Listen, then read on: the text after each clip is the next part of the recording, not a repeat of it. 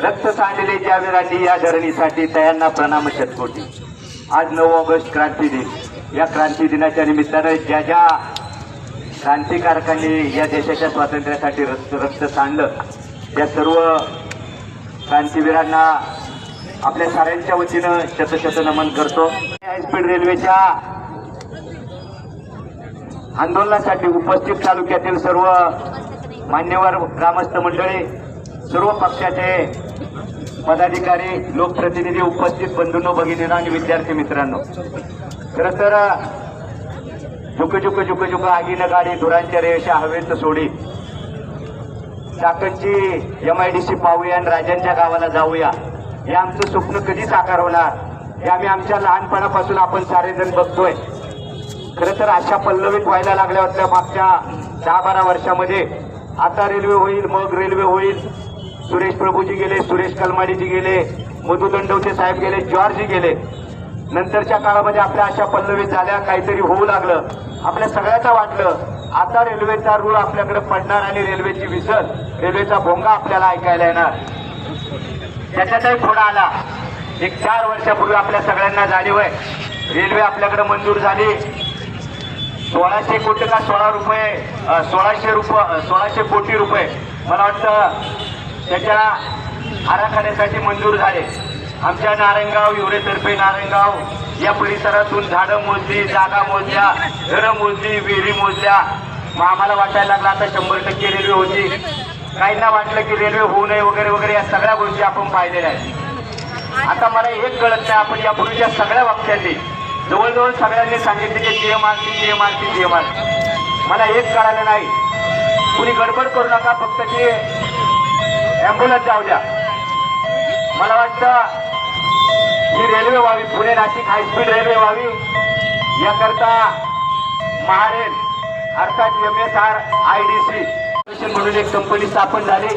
50% भाग राज्याचा, 50% भाग केंद्राचा, आणि आता आपल्याला वाटतं की 100% आपल्याकडे रेल्वे होणार। तर त्याच्यात माशी शिंकली, कुणीतरी नवीन वैष्णव म्हणून आले।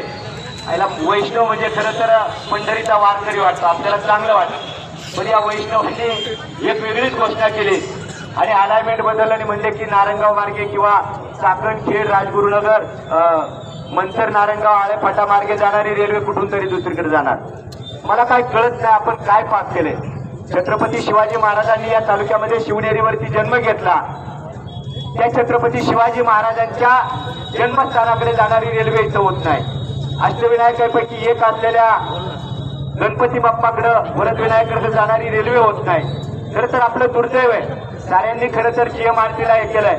माझं स्वतःचं किंवा आपल्या सगळ्यांचं म्हणणं असं आहे, GMRTमुळे जर आम्हाला रेल्वे येत नसेल तर ती GMRT देखील गुंडाळून तुम्ही तुमच्याकडे घेऊन जा, आम्हाला गरज नाही। मगाशी अनेकांनी सांगितलं GMRTसाठी अनेक आंदोलनं झाली। स्टाफ मध्ये कोण आणि किती लोक आपल्या जुन्नर तालुक्यातले हे खरं तर तिथे शोधलं पाहिजे।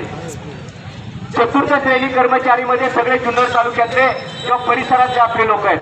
GMRTमुळे कोणतीही अडचण नाही।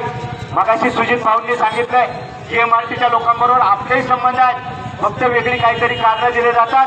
GMRT ट्रेन बहाना आहे, रेल्वे यहाँ से भगाना आहे, दुसरी काहीच गोष्ट नाही। मला आपल्याला सगळ्यांना विनंती करायची, सगळ्यांना सगळी सूत्र माहिती। तर रेल्वे इथून गेली, रोजची आमची पोरं कॉलेजला जाणारी पुण्याला, रोजच्या रोज घरी आईवडिलांमध्ये कुटुंबामध्ये येतील।